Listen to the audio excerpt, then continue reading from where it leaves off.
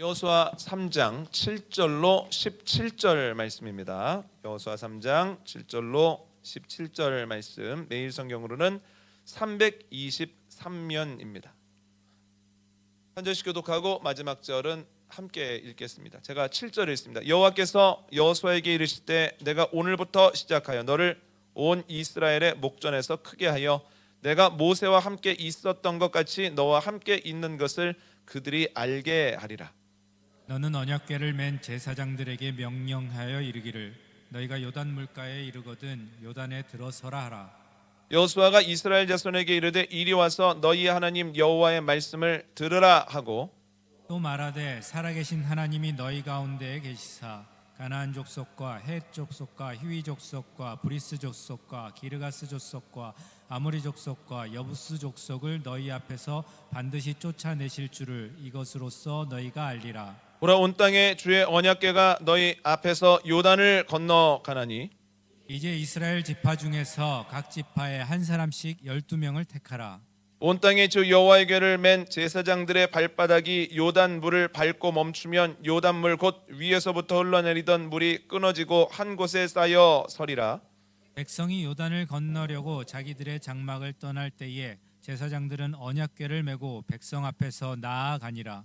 요단이 곡식 거두는 시기에는 항상 언덕에 넘치더라. 궤를 맨 자들이 요단에 이르며 궤를 맨 제사장들의 발이 물가에 잠기자 곧 위에서부터 흘러내리던 물이 그쳐서 사르단에 가까운 매우 멀리 있는 아담 성읍 변두리에 일어나 한 곳에 쌓이고 아라바의 바다 염해로 향하여 흘러가는 물은 온전히 끊어지매 백성이 여리고 앞으로 바로 건널새. 함께 하겠습니다. 여호와의 언약궤를 맨 제사장들은 요단 가운데 마른 땅에 굳게 섰고 그 모든 백성이 요단을 건너기를 마칠 때까지 모든 이스라엘은 그 마른 땅으로 건너갔더라. 아멘. 목회를 하면서 느끼는 것은 은혜가 있는 곳에 반드시 공격이 있고 방해가 있다는 겁니다. 그런데 제가 늘 느끼는 게 뭐냐면 이렇게 복음화된 땅에서 예배당 안에서 예배 시간에 믿는 사람들이 함께 마음을 모아서 예배하는데도 그 방해가 만만치 않거든요. 그걸 생각하면 어찌 보면 영적인 불모지에서 믿지 않는 사람들이나 연약한 사람들에게 말씀을 가르치고 그들을 훈련시키고 함께 기도하며 공동체를 꾸려나가고 여러 가지 것들을 한다라고 하는 것은 정말 상상 이상의 어려움일 것이다. 그래서 저는 우리 이유람 선교사님을 비롯해서 여러분들을 보면 늘 빚진 자의 마음이 있고 우리가 기도 열심히 해야지, 우리가 할 수 있는 것들은 해야지, 그런 생각들이 듭니다. 우리 이유람 선교사님 이제 연애로 인하여서 들어오시는 이 잠깐의 일정 동안 또 이 기간 동안에도 은혜를 끼치시기 위해서 말씀 전하시고 기도하고 계신데 우리 이유람 선교사님 말씀을 기대합니다. 그리고 사역을 응원하고 우리가 중보합니다 하는 마음으로 박수로 맞이하도록 하겠습니다. 박수하겠습니다.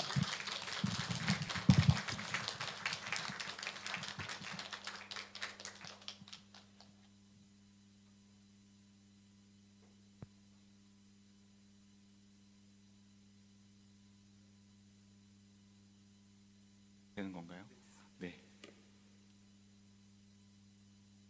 안녕하세요. 유람 선교사입니다. 네. 제가 잠깐 기도하겠습니다. 하나님 감사합니다. 오늘 우리 이렇게 모아주시고 하나님을 예배하고 또한 주의 음성 듣게 하시니 감사와 영광을 돌려드립니다. 이 자리가 주님께 영광 돌려드린 자리 될 수 있도록 주여 인도하여 주시고 또한 우리가 주님 앞에 겸손하여지고 주의 말씀대로 살기로 결단한 시간 될 수 있도록 주여 인도하여 주시옵소서. 말씀을 전하는 이에게 함께하여 주시고 말씀을 듣는 이에게 함께하여 주시사 우리 이 시간이 정말로 하나님의 말씀만으로만 가득 차는 시간 될 수 있도록 주여 함께하여 주옵소서.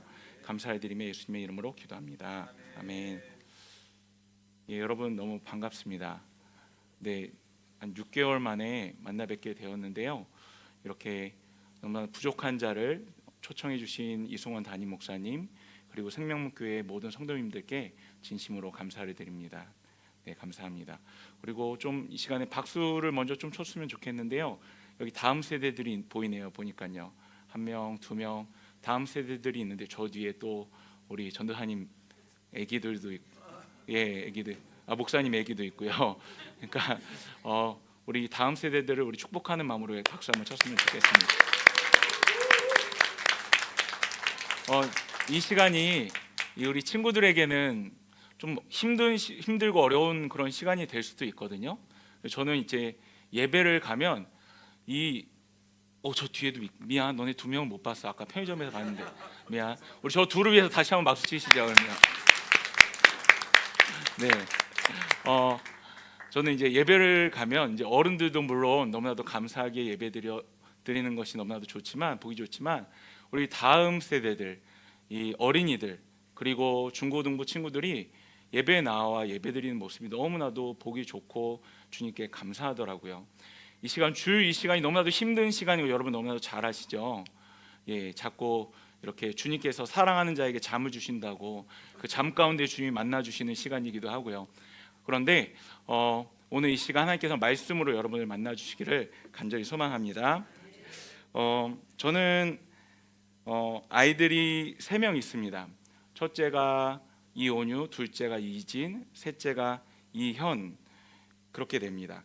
그런데 이 아이들이 7살, 6살 그리고 4살 바뀐 나이로는 6살, 5살 그리고 3살 때 돌아가게 되었습니다. 캄보디아로 가게 되었습니다. 그리고 약 8년간 올해 6월이 되면 8년 정도 캄보디아에서 사역을 한 그 기간이 됩니다. 그렇게 사역을 하게 되었고요. 제가 지난번에 와서 여러분들께 이제 선교 보고 영상을 보여드렸는데 그때부터 이제 10월부터 지금까지의 또한 정리한 선교의 보고 영상들이 있습니다. 그 보고 영상을 좀 함께 보도록 하겠습니다.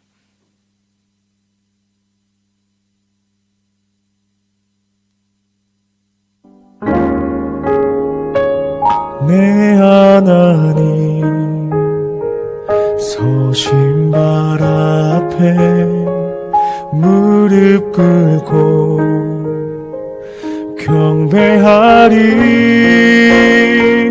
큰 권능과 영광이 가득한 내 아버지 계신 이곳 오 하나님 그 빛난 얼굴 배우며 두 손 들고 나아가리 찬송과 존귀와 영광과 능력을 그 하늘 보좌 위에 주님께 오 하나님 그 빛난 얼굴 배우며 두 손 들고 나아가리 찬송과 존귀와 영광과 능력을 그 하늘 보좌 위에 주님께 찬송과 존귀와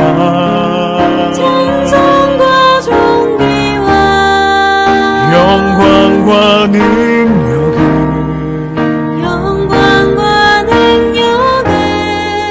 영원 영원토록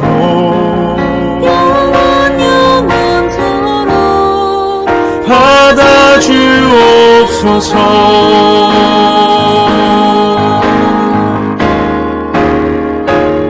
오 하나님 그 빛난 얼굴 배우며 두 손 들고 나아가리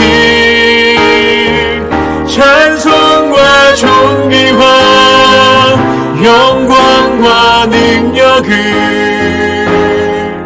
그 하늘 보좌 위에 주님께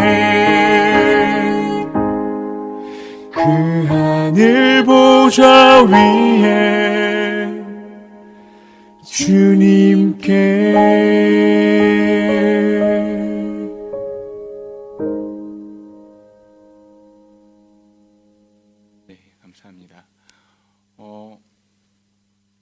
제가 6개월 전 생명문교회에서 보고 예배를 드리고 나서 생명문교회 성도님들께서 너무나도 귀한 후원을 해주셨어요. 어떠한 후원이냐면 오늘 보고 예배 가운데 이렇게 있었던 원화 결연에 대한 후원을 14명을 해주셨어요. 그래가지고 지금 14명의 아이들이 새롭게 지금 유치원에 등록하여서 열심히 지금 공부하는 과정 가운데 있습니다. 여러분들의 그 귀한 마음 그리고 그 귀한 중보의 기도 진심으로 감사를 드립니다. 이 아이들은 그냥 유치원을 못 가서 교육받는 것에서 그치는 것이 아니라 그곳에서 하나님의 말씀을 배우고 하나님을 찬양하는 것이 어떤 것인지 알아가게 될 것입니다. 여러분의 그 섬김이 이 아이들이 예수 그리스도 안에서 자라날 수 있는 귀한 헌신이 될 줄로 믿습니다. 저의 사역은 크게 세 가지 사역으로 나눌 수가 있습니다. 첫 번째 사역은 목회자 사역입니다. 현지 목회자들을 돕고 그리고 현지 저희 여기 생명목교회도 지방이 있죠. 감리교는 지방이 있는데 거기도 저희는 밭덤벙과 빨린이라는 곳을 하나의 지방으로 묶어서 밭덤벙 빨린 지방인데 이 지방 행사를 돕는 사역을 하고 있습니다. 두 번째로는 센터 사역을 하고 있습니다. 저는 기타를 가르치고요. 제 아내는 피아노를 가르쳐서 예를 들어서 여기 계신 분들이 다 선교사님들이시라면 아멘? 아멘? 네, 만약에 캄보디아 저희 지방에 이만큼의 선교사님들이 계시다면 각자 사역자가 있어요. 그런데 반주가 없어요. 교회는 있는데 반주자가 없습니다.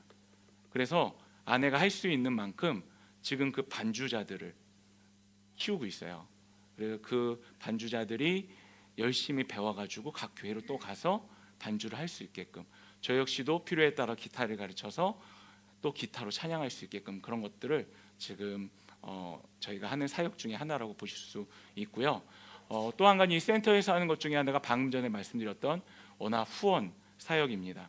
그래서 한국에 계신 성도님들이 후원해 주시면 저희는 그대로 이 유치원에 흘려보내서 이 유치원은 감리교 목사님께서 섬기시고 계시는 유치원입니다. 그래서 이렇게 흘려보내게 되면 이 유치원에서 아이들을 말씀과 기도로 이 아이들을 양육하게 됩니다. 물론 기초적인 그런 학습도 가르치죠. 그리고 마지막 MK 사역입니다. 미셔너리 키즈라고 해가지고 MK라고 하는데요. 그 MK들과 함께 매주 오후 시간에 예배를 드립니다. 그래서 오전에는 현직 교회를 제가 돌면서 같이 현직 교회 목회자들과 예배를 드리고요. 그리고 오후 시간대는 이 중고등부 아이들과 함께 매주 또 예배를 드리고 라면도 해 먹고 예배 끝나면 요리 대회도 하고 한 8명 모이거든요. 그냥 그렇게 이렇게 아기자기하게 그렇게 예배를 드리고 있습니다. 그리고 너무나도 오래 그러니까 지난번 여기 생명목교회에 왔을 때 이후 펼쳐졌던 사역들을 좀 소개를 드리자면 지난 1월에 첫 번째로 저희 지방에 목회자 사경회가 열렸어요. 그 이전에는 없었던 사경이었는데 감리사님께서 우리에게 영적인 필요가 있다. 이거는 꼭 했으면 좋겠다라고 말씀하셔서 또 감사하게 헌금이 있어서 귀한 헌금이 있어서 목회자들과 18교회 교회 14명의 목회자들과 그리고 각 교회 임원들이 함께 모여서 약 70명, 저녁에는 100명 정도가 함께 모여서 1박 2일로 함께 사경회를 진행하였습니다. 그리고 지금 또 이 사경회가 1년에 저희가 3번 정도 할 예정이에요. 그래서 이 사경회를 통하여서 목회자들이 하나님을 깊이 만나고 또 임원들이 남성교회 여성교회 임원들이죠. 청년 임원들 이 임원들이 하나님을 깊이 만나고 각 교회로가 선한 영향력을 미칠 수 있도록 기도해 주시기를 부탁을 드립니다. 아멘. 저는 아멘을 되게 많이 하는 요구하는 목사 중에 하나예요. 네, 그래서 이승원 목사님은 잘 안 그러실 것 같은데 저는 약간 시골 목사님 같은 그런 느낌이에요. 나이는 이승원 목사님보다 한참 어린데 예, 그래서 저는 좀 아멘을 많이 해주시면 제가 힘내서 또 설교할 수 있습니다.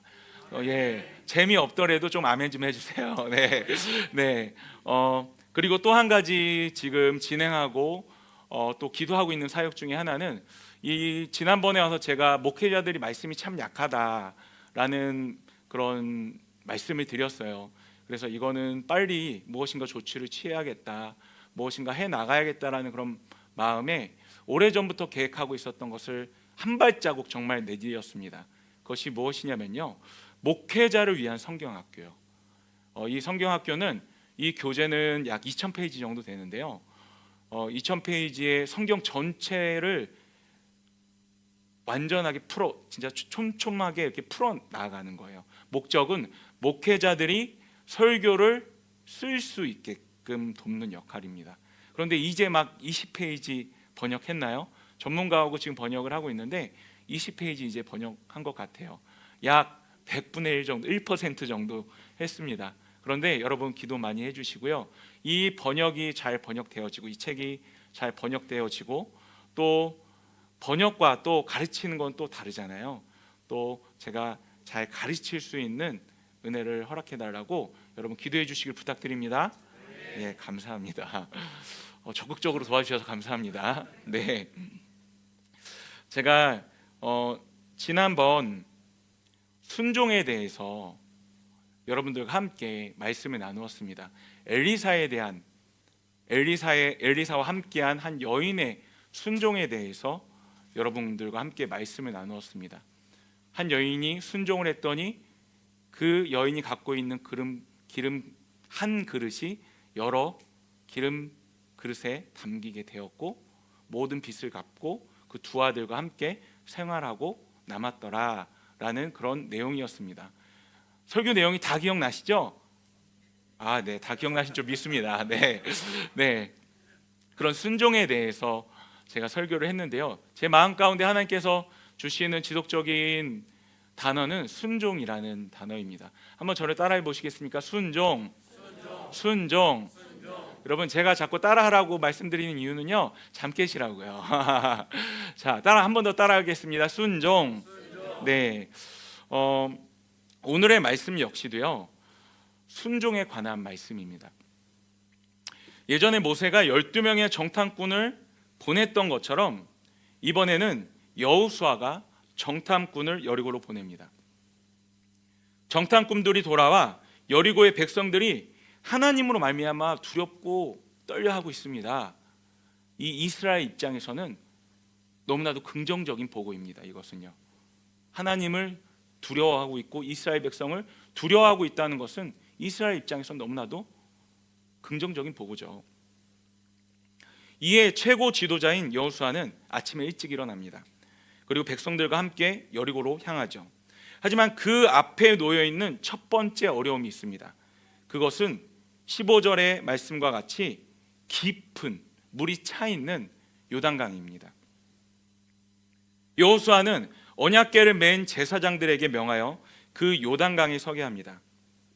그러자 결국 요단강이 마르고 이스라엘 백성은 마른 땅을 건너는 놀라운 일을 경험하게 됩니다. 이것을 이해하기 쉽게 우리 어린이들 한번 따라해 보세요. 이것을 이해하기 쉽게 하기 위해 요단강 사건. 우리 안경 쓴 친구 이름 뭐니? 시호? 이름 되게 멋있다. 잠깐 앞에 나와 볼래? 선물 줄게. 자, 애들이 이런 거 주면 또 집중하면 박수 한번 쳐주세요. 저는 대답하는 친구들이 너무 좋더라고요. 그래서 항상 가방에 이렇게 싸갖고 다녀요. 아이들을 위해서. 제가 그래서 아까 편의점에서 만난 저 두 친구들 무슨 카드를 사는 것 같더라고요. 예. 자, 그래서 나 봤지, 그치? 자, 따라해 봅시다. 요단강 사건. 예, 좋아요. 근데 이 요단강 사건에는요, 두 가지 순종이 있었습니다. 이 요단강이 한쪽으로 쌓이게 되고 요단강 바닥이 마르고 이스라엘 백성이 거기를 건널 수 있었는데, 거기에는 두 가지 순종이 있었다는 것입니다. 어떤 순종이냐면요, 여호수아의 순종이 있었습니다. 두 번째로는요, 언약궤를 맨 제사장들의 순종이 있었습니다. 그것이 있었기에, 이 두 가지 순종이 있었기에 이 요단강 사건이 일어날 수 있었던 것이죠. 하나님께서 이 요단강 사건의 기적을 준비하시며 계획하신 것이 있습니다. 요단강 사건이 일어나야만 했던 이유가 있었습니다. 우리 7절 말씀 함께 읽도록 하겠습니다. 요단강 사건이 일어나야만 했던 이유입니다. 함께 읽겠습니다. 시작. 여호와께서 여호수아에게 이르시되 내가 오늘부터 시작하여 너를 온 이스라엘의 목전에 크게 하여 내가 모세와 함께 있었던 것 같이 너와 함께 있는 것을 그들이 알게 하리라. 아멘. 또 10절 말씀 함께 읽겠습니다. 시작.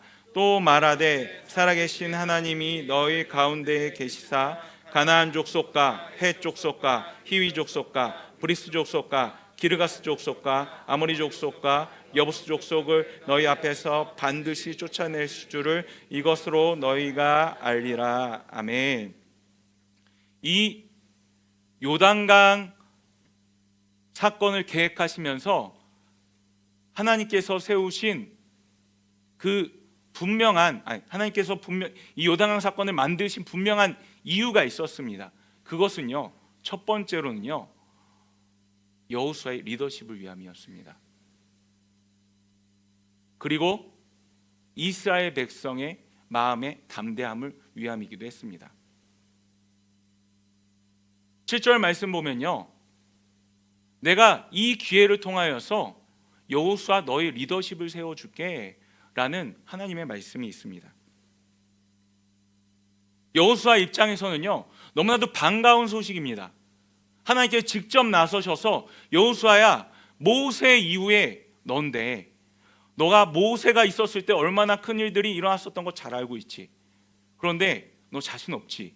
그런데 내가 직접 나서서 너의 리더십을 키워주겠다라고 지금 하나님께서 말씀하고 계시는 거죠. 이 여호수아 입장에서는 너무 좋습니다. 그런데 하나님은요, 이 요단강에 여호수아 보고 들어가라고 하지 않으십니다. 이렇게 말씀하시죠. 야, 여호수아야, 너 제사장들한테 시켜. 들어가라고 시켜. 그런데 누구의 리더십을 세우기 위함이었습니까? 여호수아요. 여호수아 입장에서는요, 하나님께 나의 리더십을 세워주시는 건 너무나도 좋은데 지금 요단강 물이 차 있습니다. 언약궤를 맨 제사장들을 사지로 몰아야 되는 명령을 지금 해야 되는 겁니다. 여기 계신 분들 중에 세상에서도요, 마찬가지고요, 믿는 자든 믿지 않는 자든 누군가에게 싫은 말 하는 거 좋아할 사람 아무도 없어요. 그런데 이 여호수아는요, 지금 제사장들에게 인간적인 생각으로 볼 때는요, 죽을 수도 있는 그 명령을 지금 내리고 있는 거예요. 지금 물이 차 있습니다. 죽을 수도 있는 그 요단강입니다. 그런데 언약궤까지 메고 가십시오 라는 명령을 지금 해야만 되는 거예요. 여호수아는 너무나도 고민이 됐습니다. 이걸 하는 게 맞는가? 인간적인 생각이죠, 만약에. 하지만요, 여호수아는 명령합니다. 그리고 하나님께서 세우신 리더 여호수아의 말에 이 언약궤를 맨 제사장들이 순종했을 때, 순종해서 그 요단강으로 들어갔을 때, 그 안에 섰을 때 요단강은 한쪽으로 쌓이게 되고 그 바닥은 마르고 이스라엘 백성 마른 땅을 건너게 되었습니다. 그때 하나님이 여호수아와 함께함을 백성들이 깨달았으며 여호수아에게 영적인 권위가 생기게 됩니다. 어땠을까요? 하나님의 말씀에 순종이 있었을 때 모든 일이 가능했습니다. 저는 오늘 이 시간 제 삶 속에 순종이 있었을 때 하나님이 어떻게 일하셨는가, 어떤 일들을 행하셨는가를 좀 나눠 보려고 합니다. 제가 지금은 캄보디아 선교사이지만 처음부터 선교사는 아니었습니다. 저도 이런 어린 시절들이 있었습니다. 엄청난 개구장이었습니다. 정말로 상위 0.1%의 개구장이었습니다. 지금도 이렇게 개구장인 게 좀 보여지시나요? 네. 정말로 상위 1%. 어머니께서 이렇게, 어머니 성가대 항상 이렇게 옆에 있잖아요. 어떤 교회들은요, 성가대에 서고 계시면 옆에 조용히 가요. 그래서 엄마 100원만. 성가대 하고 계시는데 저는 아이스크림 먹고 싶은 거예요. 매주 가서 엄마 엄마 맨날 이러시고 엄마 백엄마 그걸 계속, 그리고 맨날 정말로 모든 장의자를 뛰어다니면서, 그때는 장의자였으니까요, 기능자였으니까 장의자를 뛰어다니면서 막 교회에 정말로 온 교인들이 저를 다 주목하고 저를 다 아는, 또 우람이야 라는 그런 단어가 인정받는 개구장이었습니다. 그런데 하나님께서 그 개구장이를 이렇게 사용하셔서 너무나도 감사합니다. 하나님의 은혜임을 고백합니다. 아멘 안 하신 분은 은혜가 아니라는 건가요? 네. 오늘 이 시간에도 아까 제가 다음 세대가 보여진다고 했잖아요. 우리 어린이들이 보여지고 심지어는 정말 신생아까지도 이렇게 보여지는데요, 하나님께서 지금 이곳에 모인 이 다음 세대들을 축복하시기를 축복합니다. 진짜 하나님께 이들을 통하여서 영광 받으시기를 축복합니다. 이들을 통하여서 하나님의 복음이 증거되어지고 이들을 통하여서 이 세상에 선한 영향력이 미쳐지기를 축복합니다. 아멘. 그런데 교회에서 그 알아주는 개구쟁이인 저에게 질병이 찾아오고 힘든 시기가 찾아왔습니다. 난치병인 지금으로 따지면 뇌전증이라는 거였죠. 30여 년 전엔 약과 기술이 지금보다 좋지 못했기 때문에 어떠한 대책이 없었습니다.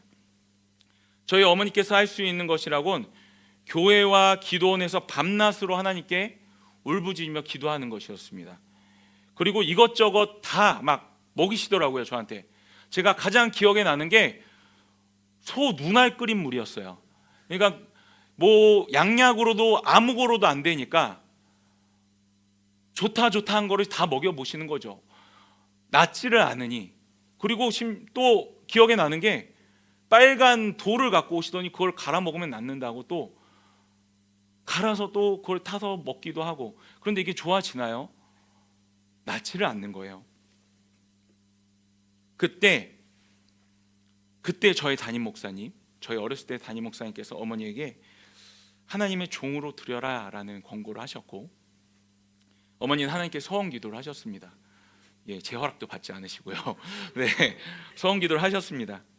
그때부터 어머니는 제게 무언가 말씀하실 때마다 아이고 목사님이 될 사람이 그러면 안 되지, 아이고 역시 목사님이 될 사람이네 이러시면서 아이고 목사님이 될 사람이 친구 때리면 안 되지, 목사님이 될 사람이면 밥 끝까지 다 먹어야지, 이렇게 가스라이팅을 하셨어요, 저를요.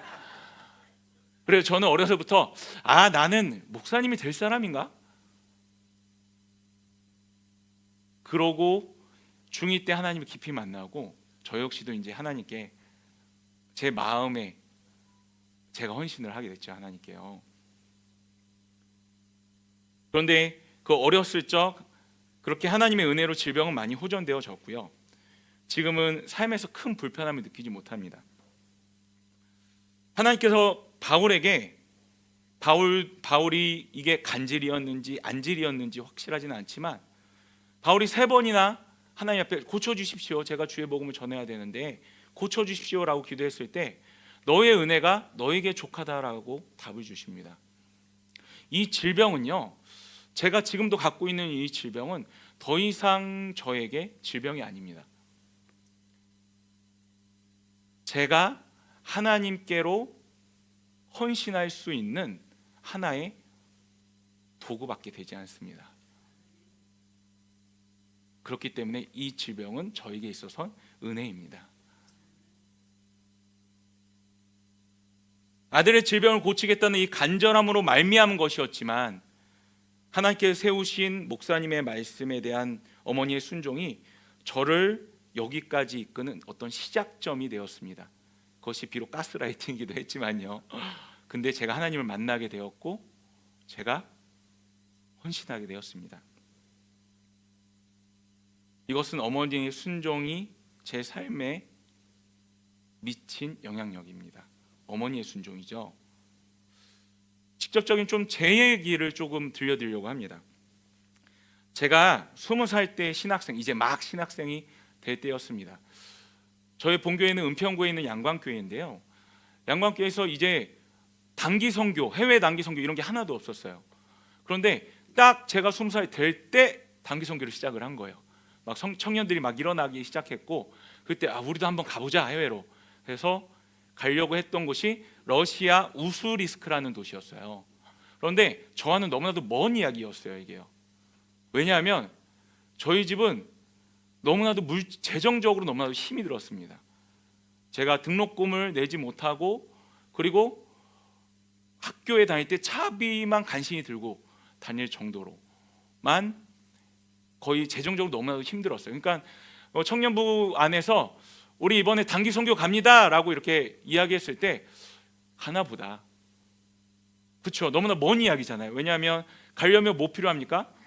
비행기 타야 되니까 비행기 값이 필요하고요. 가려면 어떤 재정들이 다 필요하잖아요.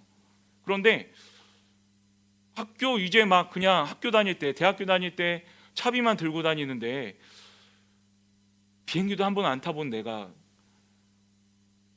러시아를 간다? 이거는 조금 너무나 먼 이야기인 거예요. 그런데 그 광고가 나고 어느 시점 이후부터 너무나도 가고 싶은 마음이 생기는 거예요. 그래서 제가 그때 하나님께 이렇게, 하나님 이거는 제 욕심 같아요. 아닌 것 같아요. 하나님, 저희 집 사정 뻔히 아시잖아요, 하나님. 그러면서 그냥 자꾸 이렇게 쳐냈어요. 근데 그 마음이 계속 생겼어요. 그래서 하나님, 저 그러면 선포합니다. 하나님, 하나님 주신 마음이라면 이것이 하나님께서 허락하신 것이고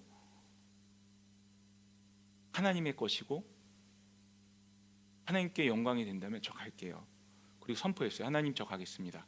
그리고 옆에 있는 친구들에게 선포했어요. 저 갑니다. 그리고 담당 목사님 찾아가서 저 가겠습니다. 아무것도 시작점은 없었어요. 하지만 주신 마음에 순종하여 나아가자. 제가 갔다 왔을까요? 못 갔다 왔을까요? 못 갔다 왔으면 제가 얘기를 안 하겠죠. 그때 그 시점부터 재정들이 모이기 시작했습니다. 20살짜리 대학생이 모을 수 있는 재정은 아니었어요. 왜냐하면 20살이어도 그 당시에는 거의 전도사 수준으로 사역을 했잖아요. 왜 신학 총무 선생님, 간사들이 그 정도로 사역을 했기 때문에 뭔가 알바를 할 수 있는, 그리고 제가 또 그때는 되게 많이 말랐어가지고 막 에너지도 많지 않았거든요. 그런데 하나님께 모아주시더라고요. 모아주셔서 은혜 가운데로 잘 다녀오게 되었습니다. 그런데 잘 다녀왔다 이걸로 끝나면 좀 재미가 없어요. 그 선교를 통하여서 제가 장기 선교사로 헌신하게 됐습니다. 그 첫 선교를 통하여서 하나님, 저 하나님의 선교하겠습니다. 저 장기 선교로 헌신하겠습니다. 그 첫 선교를 통하여서 제가 하나님께 장기 선교사로 헌신하게 되었습니다. 혹시나 단기 선교사로 나가실 분이 계신데 단기 선교를 계획할 때 이 장기 선교사 두려워서 나가지 마시지 말기 바랍니다. 네. 또 제가 21살 때 일입니다.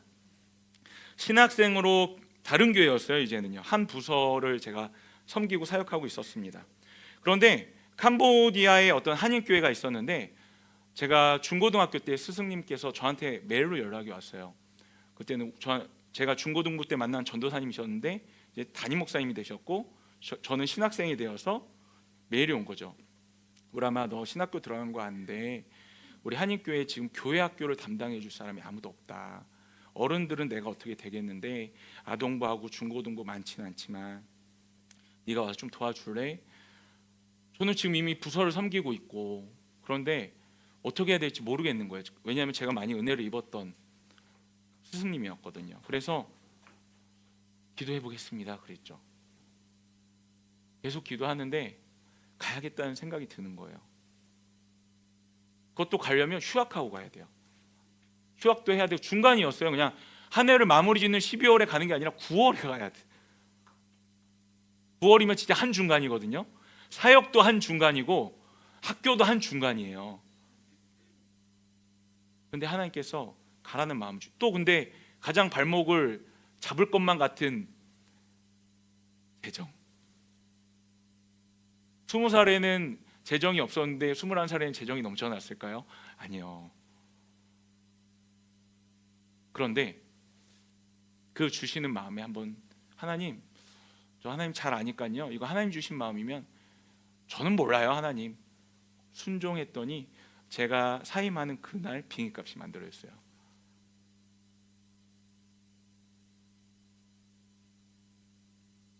이번엔 캄보디아 선교 초기에 있었던 일들을 말씀드리려고 합니다. 캄보디아 선교 초기에는요, 열심히 공부합니다. 열심히 언어 공부합니다. 지금도 하는데요, 너무 캄보디아는 저한테는 너무 어려워서 열심히 언어 공부를 합니다. 막 준무립 수어 쏙소바이 찌었대 막 이러면서 공부를 해요. 그래 아내랑도 막 이야기하고 밥 먹었니 막 그런 걸 그냥 집안에서도 막 캄보디아어로 막 열심히 공부를 해요. 그리고 제가 초기에 했었던 게 이 목회자들은요, 열심히 목회하다 보면 쉬는 게 더 힘들어요. 그래서 선교사로 나가니까 너무 이거 조금 더 내가 필요한 곳이 없을까라는 그런 마음이 있어서 한인교회, 그 제가 21살 때 섬겼던 그 한인교회가 옆집이었거든요. 근데 여기 청소년부가 사역자가 없는 거예요. 그러면 제가 그냥 필요가 있다면, 제가 도울 수만 있다면 제가 토요일하고 주일은 제가 섬기겠습니다 라고 해서 부서로 갔어요. 그런데 이제 섬기다가 어느 날 한국에서부터 목사님 한 분이 특별 강사로 오신 거예요. 잠시 한 일주일 정도. 이승원 목사님 같은 분이 예를 들어서 오셔서 강의를 해주신 거예요. 이제 청소년들이 이렇게 앉아 계셨죠. 여러분들처럼 젊은 청소년들이요. 네, 진짜 청소년들이 딱 이제 앉아 있었는데 중고등부 어떤 재정에 대한 어떤 중요한 것에 대한 것이었어요. 너희 삶 가운데 가장 중요한 것이 무엇이니? 하나님이 너네들의 삶의 우선이니? 아니면 다른 것이 너네들 삶의 우선이니? 라는 이런 메시지였어요. 그렇다면 이 땅의 주인은 누구니? 애들이 다 알죠. 대부분 7, 80%가 선교사님 자녀니까. 하나님이요. 그럼 모든 재정의 주인은 누구니? 하나님이요. 여러분, 온 세상의 주인 하나님 맞으십니까? 모든 물질의 주인 하나님 맞으십니까? 예, 여러분과 동일하게 그 아이들도 고백했습니다. 그렇다면 너네들이 지금 갖고 있는 그것 역시도 하나님의 것 맞니? 애들이 아멘 조금 줄어들더라고요. 맞니? 했더니 아멘 이렇게 하더라고요, 애들이요. 그래서 그러면 우리 시간에 훈련하자. 우리가 인간인지라 욕심도 많고 하나님께 드리는 것, 내가 포기하는 것, 어렵다는 건 안다. 하지만 이것은 훈련을 통해서 가능해진다. 하나님께 드리는 것도. 그러면 너희들 지금 기도하자. 하나님, 제가 지금 무엇을 드리기 원하십니까? 생각나게 해주십시오. 소중한 것 무엇 드리기 원하십니까? 어떤 애들은 집에 있는 뭐 연예인 사진, 중고등부 때 연예인 사진 되게 중요하기도 하거든요. 연예인 CD 뭐 이런 것들, 그런 것들을 막 적었어요. 그리고 그 옆에는 기도하면서 또 기도하자. 그리고 그 옆에 누가 필요할지 한번 물어보자. 요 공간 안에. 그리고 저도 막 기도하면 제가 학생이라고 생기고 기도하다가 이승원이라는 이름이 생각나면 그 옆에다 이승원 적은 거예요. 예를 들어서 CD 옆에다 이승원 딱 접고 집어넣는 거예요. 통 안에, 요만한 헌금통 안에 다 집어넣는 거예요. 근데 중고등부 아이들인데 저는 어쨌든 선교사고 담당 목사잖아요. 저도 해야 되는 거예요. 할까 말까 하다가 그래 하자. 나도, 그리고 내가 목사인데 그래도 내가 해야지. 그리고 이제 기도했어요. 하나님, 어떤 걸 드리기 원하십니까? 그런데 귀에 말씀해 주신 게 오토바이. 제가 그랬어요, 하나님한테. 하나님, 그건 아닌 것 같아요. 근데 오토바이. 제가 이게 오토바이가 어떤 오토바이인지 먼저 설명을 좀 해드릴게요. 제가 캄보디아에 갔을 때 남은 돈이 한 40만 원, 50만 원이었어요. 다 이제 정착을 하고 남은 돈이, 그걸로 한 20년 된 오토바이를 하나, 스쿠터를 샀어요. 근데 거기에 5명이 타고 다녔거든요.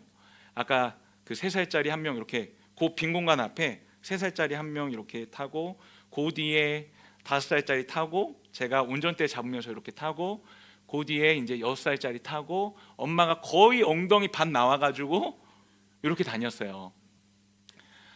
그런데 이게 캄보디아는 우기철이 되면 비가 많이 와버리다 보니까 이 뒤 한국말이 기억이 안 나는데 그 배기관이라고 하나요? 예, 뒤에 배기관 이렇게 연기 나온 데 있잖아요. 거기로 물이 들어가 버린 거예요. 한 달밖에 안 탔는데 이게 망가져 버려서 한 5만 원 주고 팔았나 제가 그랬어요. 40만 원 주고 산 걸요. 이제 발이 없잖아요. 그래서 뭐 실망스럽지도 않아요. 어차피 뭐 괜찮아요, 하나님. 그래 그 당시 뚝뚝이라는 거를 그냥 타고 다녔어요. 그 앞에 오토바이 달리고 뒤에 수레 달린 뚝뚝이라는 걸 타고 다녔는데 그래도 기도했죠. 하나님, 저희 좀 탈 것을 좀 마련해 주십시오. 그래서 6개월인가 10개월, 6개월에 10개월 요 사이에 하나님 너무 감사하게 오토바이를 하나 마련해 주셨어요.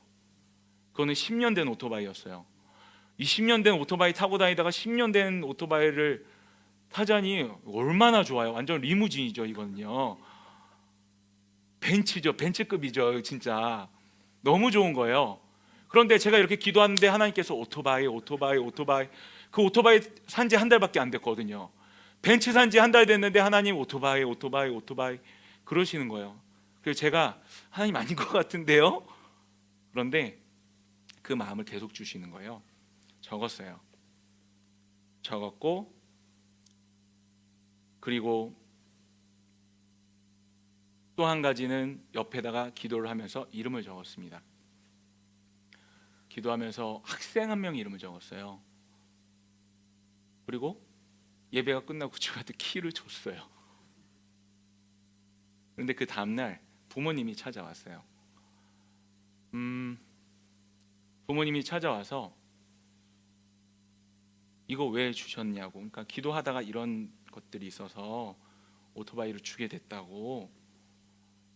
그랬더니 사실 이 가정이 원래 비즈니스를 하는 가정이었어요. 캄보디아에서. 그런데 이 남자 집사님께 하나님께 마음 주셔서 선교사로 헌신하겠다는 마음을 받은 거예요. 근데 이 여자 집사님, 아내 되시는 여자 집사님은 이 길이 힘들다는 걸 아니까 싫은 거예요. 이게 좋은 길인 건 알지만 힘들다는 걸 너무나도 잘 알고 있는 거예요. 그러니까 싫은 거예요. 그런데 남편은 계속 하고 싶은 걸 알고, 이 여자 집사님이 적으셨대요. 하나님, 그러면요 저랑 한번 결판 한번 내시죠. 이거 해주시면 하고요, 이거 해주시면 저 선교사로 헌신할게요. 또 이거 해주시면 저 선교사로 헌신할게요. 거기 세 번째 오토바이. 이렇게 하나님께서는 저의 순종을 요청하셨는데요, 저의 순종을 요청하시면서 이 가정에 콜링에 대한 사인을 하고 계셨던 거예요. 만약 제가 순종하지 않았더라면 하나님은 또 다른 분을 통해서 콜링하셨겠죠. 하지만 저는 그 하나님의 일하심을 목격하지 못했겠죠. 너무나 감사한 것은 순종할 수 있는 기회를 주셨고, 순종했더니 하나님이 정말로 놀라운 일이잖아요. 이건요, 이 놀라운 하나님의 일을 목격할 수 있는 그 은혜를 누리게 되었다라는 것입니다. 하나님은요 우리에게 순종을 요구하십니다.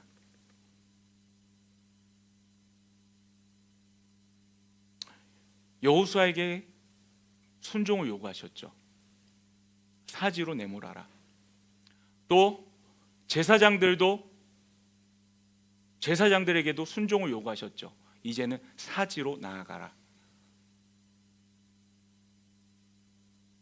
여호수아가 순종했더니, 제사장들이 순종했더니 그냥 물만 갈라지고 물만 쌓이고 이스라엘 백성만 건넜던 것이 아니었죠.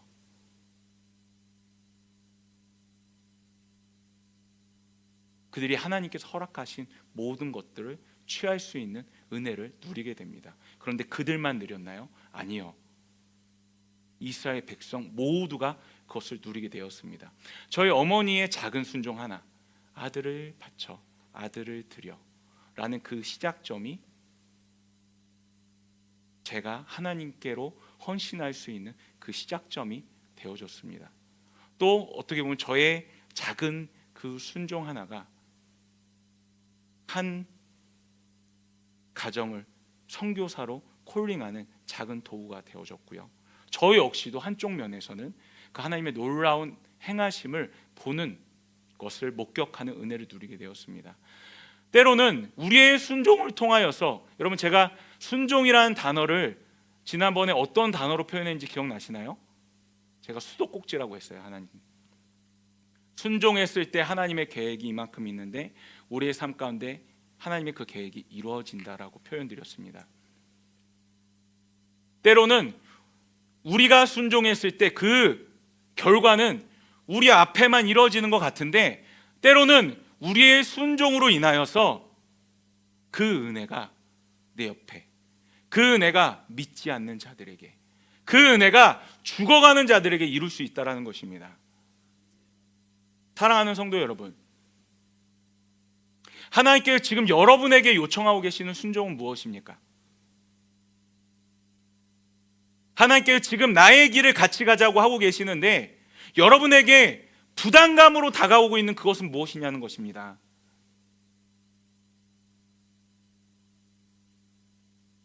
잘 모르겠습니까? 이거 부담감 하나님이 주신 것인가? 내 생각인가? 여러분, 하나님이 이미 다 말씀하셨습니다.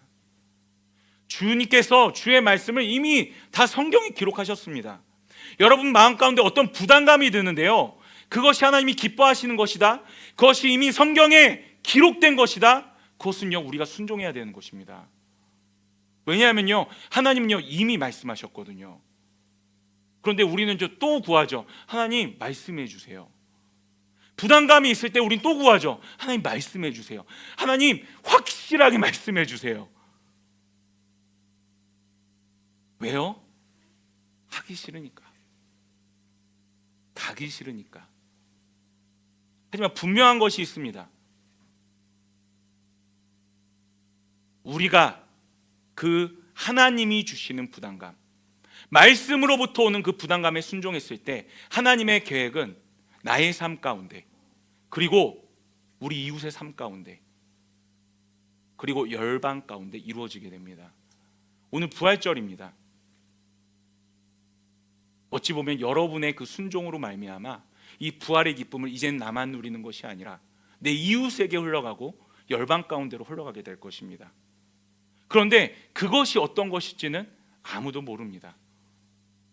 저는요 제가 이렇게 순종했습니다 하고 여러분 앞에 나와서 자랑하는 것이 아닙니다. 왜냐하면요 상징적인 건 제 인생에 이게 다예요. 저도 그만큼 순종이 어려운 사람 중 한 명입니다. 하지만 순종해봤더니 이런 일을 경험하게 하셨습니다. 사랑하는 생명목교회 성도 여러분, 주님이 주신 부담감과 주님의 말씀에 순종함으로 말미암아 하나님이 일하시는 것을 눈으로 목격하고 여러분의 그 순종으로 말미암아 여러분의 주변이, 열방이 주께로 돌아오게 되는 놀라운 은혜를 누리게 되시기를 간절히 축복합니다.